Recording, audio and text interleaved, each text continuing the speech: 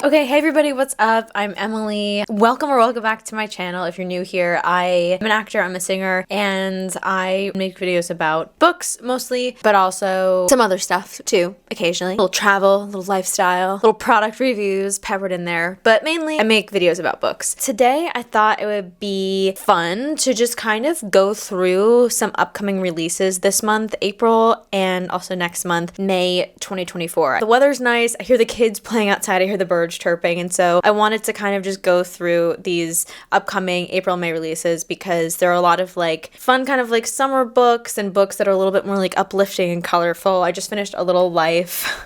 I'm ready to kind of cleanse the palette a little bit. I'm gonna go in order of release date. So right now, today is April 15th. I think I'm releasing this video tomorrow on April 16th. So we're gonna go from the beginning of April. So some of these books will have been released already, and then you could kind of maybe pre-order the rest. These are a few releases that I'm excited about, that I would like to read at some point, if not the month that they come out, then the following few months, or even like maybe next year, who knows. There's so many books out there, it's hard to read all of them. Okay, so I'm gonna start with a book that I actually have. I got on my book of the month this month, and that's Just for the Summer by Abby Jimenez. This already has a 4.53 rating on Goodreads out of 33,000 reviews. Justin has a curse, and thanks to a Reddit thread, it's now all over the internet. Every woman he dates goes on to find their soulmate the second they break up. When a woman slides into his DMs with the same problem, they come up with a plan. They'll date each other and break up. Actually really funny. Their curses will cancel each other's out, and they'll go on to find the loves of their lives. It's a bonkers idea, and it just might work. Emma hadn't planned that her next assignment as a traveling nurse would be in Minnesota, but she and her best friend agree that dating Justin is too good an opportunity to pass up, especially when they get to rent an adorable cottage on a private island on Lake Minnetonka? Sorry if I said that wrong. It's supposed to be a quick fling just for the summer, but when Emma's toxic mother shows up and Justin has to assume guardianship of his 3 siblings, they're suddenly navigating a lot more than they expected, including catching real feelings for each other. What if this time fate has actually brought the perfect pair together? I don't know if I've actually read anything by Abby Jimenez. I hear her name so much. Oh, she wrote like Part of Your World. A lot of people love her writing, love her style, and I'm probably gonna read this month. It comes out April 2nd. The next book is The Rule Book by Sarah Adams. Last year I read her When in Rome and Practice Makes Perfect duology, so I think this is kind of similar to that. Both of those books I think could stand alone, but you kind of would want to read them in order just because the second one is kind of a spin-off of the first one and you enjoy parts of it more. So this is a companion story, that's what they call it, to The Cheat Sheet, so I feel like I should read that first. I haven't read that one. I enjoyed Sarah Adams. When in Rome was amazing. I love that book so much. Practice Makes Perfect I could have honestly done without, but both books were like quick reads and like snug, not too complicated, palate cleansing. When you read the back of Practice Makes Perfect, it gives away the end of When in Rome, so I feel like I don't want to read the back of this book because I don't want to spoiler it for The Cheat Sheet, so my plan is to read both kind of back to back. So I'm not going to read the back of this book. I'll read like the one sentence bolded. So college sweethearts meet again years later in this highly anticipated romance and companion story of the viral TikTok sensation, The Cheat Sheet. So that also comes out April 2nd. I'm excited. I really loved When in Rome. Okay, the next book is the new Holly Jackson book, which also comes out on April 2nd. I still have not read any of the Good Girl's Guide to Murder books. I do want to eventually. This is young adult, and so are those books. I like some young adult, but I feel like if I read too much young adult at once, it kind of just gets me feeling a little slumpy. Reading about 17-year-olds discovering love for the first time is not as interesting to me as some other books I've been reading. While I do want to read this book, I am also just kind of being cognizant of how much YA I'm reading as to not put me in a slump. Having said that, I'm gonna read this, but I want to read the Good Girl's Guide to Murder books first, even though I don't think they're connected story-wise. I just feel like I want to be introduced to this author through those books. So this is called The Reappearance of Rachel Price, a new true crime-fueled mystery thriller about a girl determined to uncover the shocking truth about her missing mother while filming a documentary on the unsolved case. That'd be fun to shoot. I've always wanted to do like a found footage type movie. I just feel like that would be... I'd probably get scared as an actor, honestly. I feel like that would be really fun. 18-year-old Belle has lived her whole... See, like 18... Like, I'm not 18 anymore. I play 18-year-olds. But that's the thing. It's like, if I had to play 18-year-olds, I don't want to also read about 18-year-olds exclusively. So Belle has lived her whole life in the shadow of her mom's mysterious disappearance. 16 years ago, Rachel Price vanished, and young Belle was the only witness, but she has no memory of it. Rachel is gone, long presumed dead, and Belle wishes everyone would just move on. But the case is dragged up from the past when the Price family agrees to a true crime documentary. Belle can't wait for filming to end, for life to go back to normal, and then the impossible happens. Rachel Price reappears, and life will never be normal again. Rachel has an unbelievable story about what happened to her. Unbelievable because Belle isn't sure it's real. If Rachel is lying, then this actually sounds really intriguing, because I think we're all used to like the woman goes disappearing and then she's dead and we have to figure out who did it. But it's more interesting if like she comes back and she's the one not telling the truth. I'm kind of hooked. I might actually read this before Good Girls Guide. If Rachel is lying, then where has she been all this time? And could she be dangerous? With the camera still rolling, Belle must uncover the truth about her mother and find out why Rachel Price really came back from the dead. If this is a twin story, I'm actually gonna be mad. Like, it's always, I'm the twin. I'm actually the twin, and like your mom's dead. I can't deal with that. From world-renowned author Holly Jackson comes a mind-blowing masterpiece about one girl's search for truth and the terror of finding out who your family really is. Also comes out April 2nd, so it's out already. I kind of want to read this. Okay, the next book is The Husbands by Holly Gramazio. Also comes out April 2nd. First of all, I love the cover of this. So I was really drawn, honestly, to the cover. I'm gonna be honest. I was drawn to the cover. I think this was also a book of the month choice. So this is a debut novel. The husband's delights in how do we navigate life, love, and choice in a world of never-ending options. This is fiction, romance, magical realism, fantasy, mystery, contemporary. That's like a lot. I feel like Goodreads just like throws like 10 genres onto each book. When Lauren returns home to her flat in London late one night, she is greeted at the door by her husband, Michael. There's only one problem. She's not married.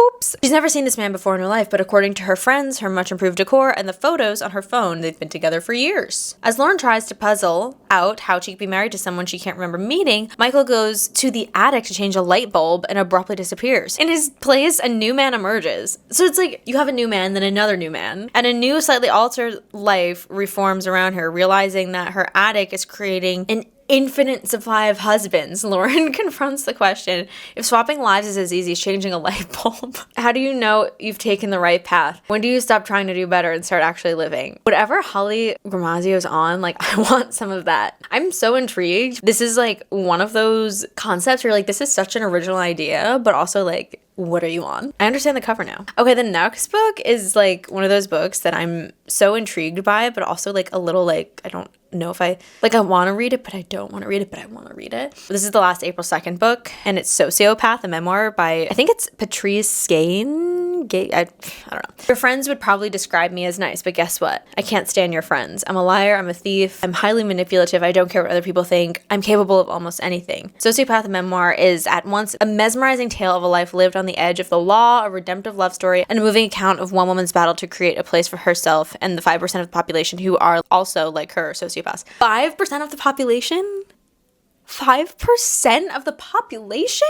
Ever since she was a small child, she knew she was different. Although she felt intense love for her family and her best friend David, those connections were never enough to make her be good or reduce her feelings of apathy and frustration. As she grew older, her behavior escalated from petty theft through to breaking and entering, stalking, and worse. As an adult, she realized that she was a sociopath. Although she instantly connected with the official descriptions of being a sociopath, she also knew they didn't tell the full story. She had a plan for her life, had nurtured close relationships, and was doing her best most of the time to avoid harming others. As her darker impulses warred against her attempts to live a settled, loving life with her partner, she began to wonder, was there a way for sociopaths to integrate happily into society? And could she find it before her own behavior went a step too far? That's really interesting. I feel like sociopaths have like a huge negative connotation in our society, and like also this memoir is just like really piquing my interest because I feel like sociopaths are often just like dismissed. Oh, they're sociopath. You know, all this to say, I just find this really interesting. She seems like a self-aware sociopath. I really want to read this. Next, we're moving on to April 9th, The Age of Magical Overthinking by Amanda Montell, who I think also wrote Cultish.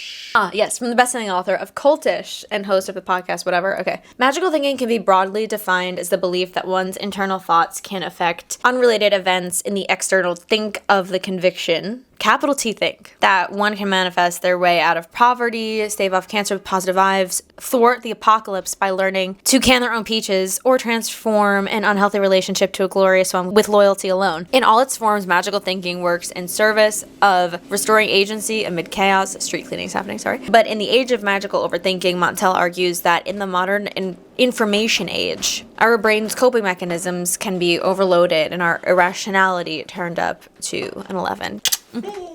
In a series of razor-sharp, deeply funny chapters, Montel delves into a cornucopia of the cognitive biases that run rampant in our brains. From how the halo effect cultivates worship and hatred of larger-than-life celebrities to how the sunk cost fallacy can keep us in detrimental relationships long after we realize they're not serving us. As she illuminates these concepts with her signature brilliance and wit, Montel's prevailing message is one of hope, empathy, and ultimately forgiveness for our anxiety-addled human selves. If you have all but lost faith in our ability to reason, Montel aims to make some sense of the senseless, to crack open a window in our minds and let a warm breeze in, to help quiet the cacophony for a while, or even hear a melody in it. I really enjoyed Cultish, and this actually seems like kind of like an extension of parts of it, but this actually seems a lot more interesting to me. I definitely have anxiety, and I have struggled with OCD. It's gotten better, but like this idea of magical thinking, if I knock on wood, this thing won't happen,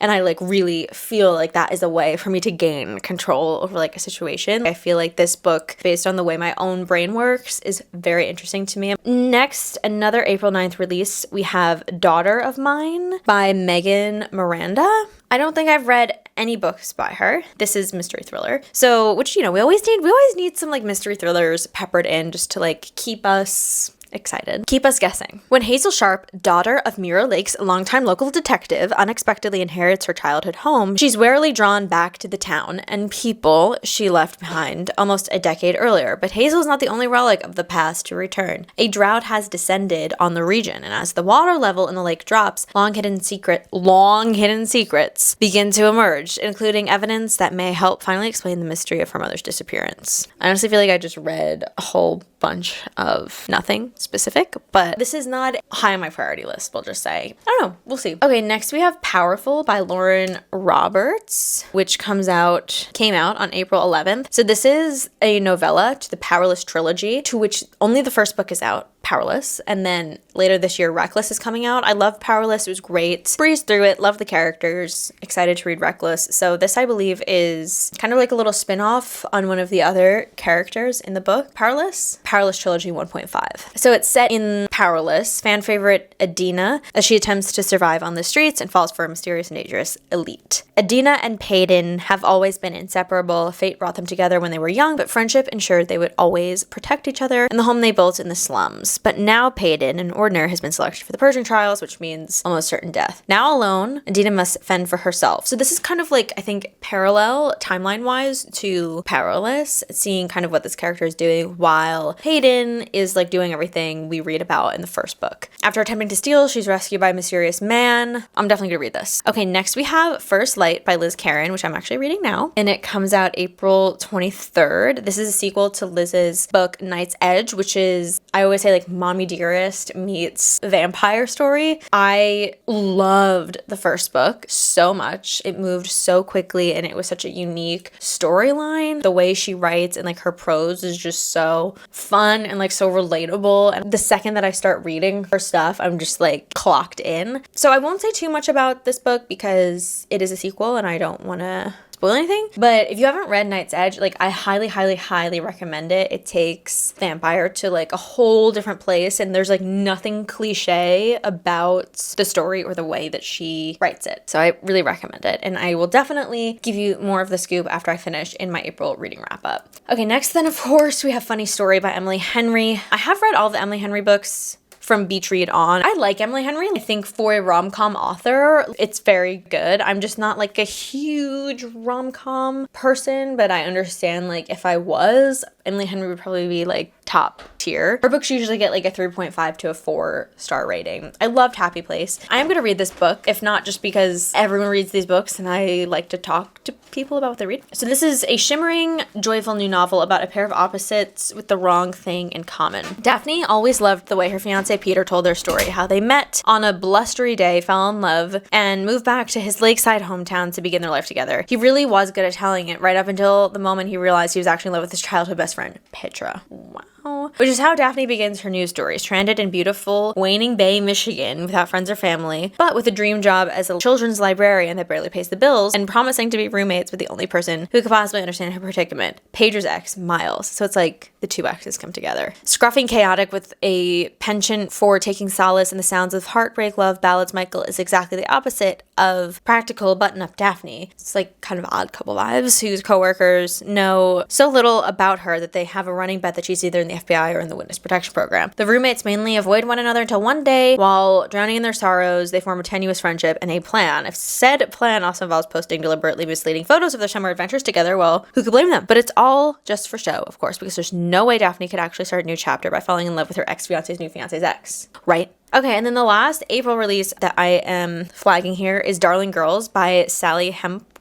I think this was also a book of the month choice this month. Oh, it's set in Australia. I think this is also, murder mystery thriller. For as long as I can remember, Jessica, Nora, and Alicia have been told how lucky they are. As young girls, they were rescued from family tragedies and raised by a loving foster mother, Miss Fairchild, on an idyllic farming estate and given an elusive second chance at a happy family life. But their childhood wasn't the fairy tale everyone thinks it was. Miss Fairchild had rules. Miss Fairchild could be unpredictable, and Miss Fairchild was never ever to be crossed. In a moment of desperation, the three broke away from Miss Fairchild and thought they were free. Even though they never saw her again, she was always somewhere in the shadows of their minds. When a body is discovered under the home they grew up in, the foster sisters find themselves thrust into the spotlight as key witnesses. Or are they prime suspects? A thrilling page-turner of sisterhood, secrets, love, and murder by New York Times bestselling author Sally Hempworth. I haven't read any of her stuff either. This has a 4.25 on Goodreads out of about almost 19,000 ratings. Moving on to the May releases, I have 2 books coming out on May 7th. The new Carly Fortune book, The Summer Will Be Different. I read Every Summer After. I loved it. I did not read the one, The Summer Later, that she wrote that was like Meet Me at the Lake, because people said you could definitely skip it. And I've said this in another video. I find This Summer Will Be Different a funny title because it's like last summer her book kind of flopped, so it was like This Summer Will Be Different and this book will be good. There's barely any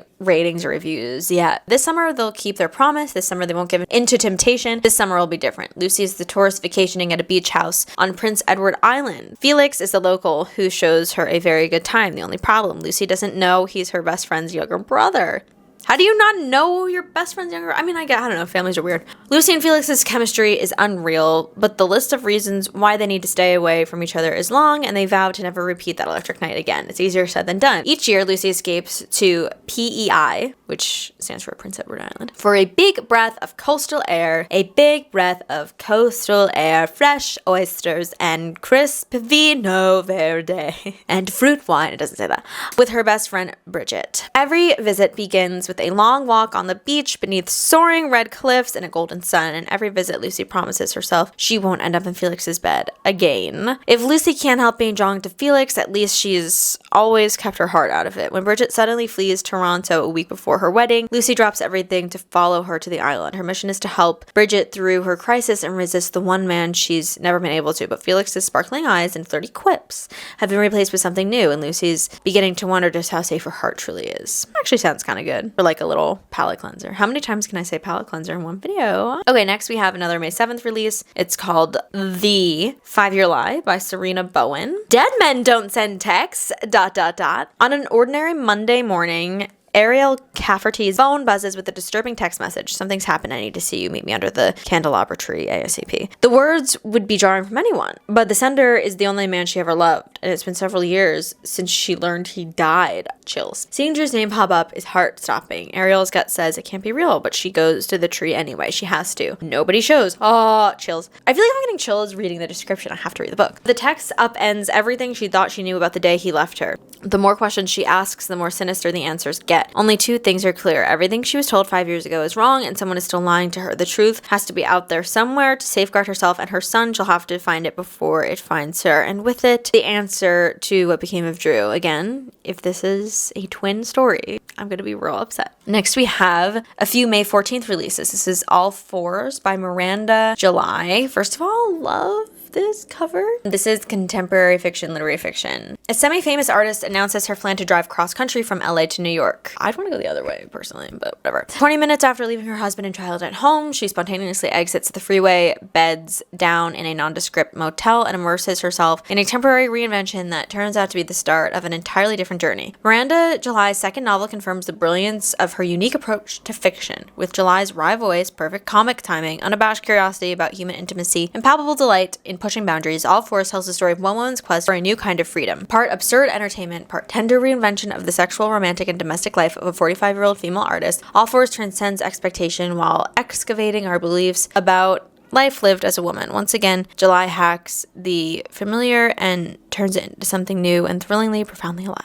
This sounds really good. I want to read this. I do want to continue kind of like doing literary fiction. Next, we have The Paradise Problem by Christina Lauren. This is another May 14th release. So Anna Green thought she was marrying Liam West for access to subsidized family housing while at UCLA. She also thought she'd signed divorce papers when the graduation caps were tossed, but they both went on their merry ways. 3 years later, Anna is a starving artist living paycheck to paycheck, while West is a Stanford professor. He may be one of 4 heirs to the Weston Foods conglomerate, but he has little interest in working for the heartless corporation his family built from the ground up. He's interested, however, in his $100 million inheritance. I would be too. There's just one catch. Due to an antiquated clause in his grandfather's will, Liam won't see a penny until he's been happily married for 5 years. Just when Liam thinks he's in the home stretch, pressure mounts from his family to see this mysterious spouse, and he has no choice but to turn to the one person he's afraid to introduce to his 1%er parent, his unpolished, not-so ex-wife. But in the presence of his family, Liam's fears quickly shifts from whether the feisty, foul-mouthed, paint-splattered Anna can play the part to whether the toxic world of wealth will corrupt someone as pure of heart as his unsurprisingly grounded and loyal wife. Liam will have to ask if the price tag on his flimsy cover story is worth losing love that sprouted from a lie. I mean, that's interesting. I'm not like the hugest fan. I read Love and Other Words. I'm sorry, just like didn't really do it for me. And I also read The Unhoneymooners, which I actually kind of thought was fun. I don't know. This seems like a-ish, like kind of unique plot. Ish. Not really, but ish. So I don't know. I might read it. Next is We Were the Universe, which is also a May 14th release. This is by Kimberly King Parsons. A young mother in denial after the death of her sister navigates the dizzying landscapes of desire, guilt, and grief in this darkly comic, highly anticipated debut novel from Kimberly King Parsons. So this sounds really good. It's contemporary fiction, which again, I want to get more into. Literary fiction, contemporary fiction, whatever. And I love dark comedy, and I love the cover of this book. So I think I will be reading this when it comes out. And next we have One Perfect Couple by Ruth Ware. Actually, I haven't read any books by her, and I've been meaning to, so maybe I can just start with this one. This is also a thriller mystery. It sounds like it's like kind of a and then there were none type thing. This high tension ingenious thriller follows 5 couples trapped on a storm-swept island as a killer stalks out among them. I feel like these books are always fun, and they always end up being like, oh, didn't see that coming. Next we have Lies and Weddings, which is by Kevin Kwan and comes out May 21st. This is the author of Crazy Rich Asians, which I haven't read, but I did see the movie and I liked it. In Kevin Kwan's tale of high society, Rufus Lung Gresham faces a daunting task. To salvage his family's depleted fortune, he must navigate a web of seduction and secrets at his sister's wedding, choosing between financial stability, passion, and love. As volcanic eruptions and scandalous revelations rock their world, the Gresham family's fate hangs in the balance, with a buried tragedy threatening to unravel everything they hold dear. Yeah, so that's it. Those are the main kind of books I'm looking at for the next 2 months. I probably won't read all of them within the next 2 months, but they're all piquing my interest and on my radar. Let me know if you want to read any of them, if you've read any of them, what you've thought. Thank you guys so much for watching. I hope you have a wonderful week, and I'll see you on Friday. Talk to you soon. Bye.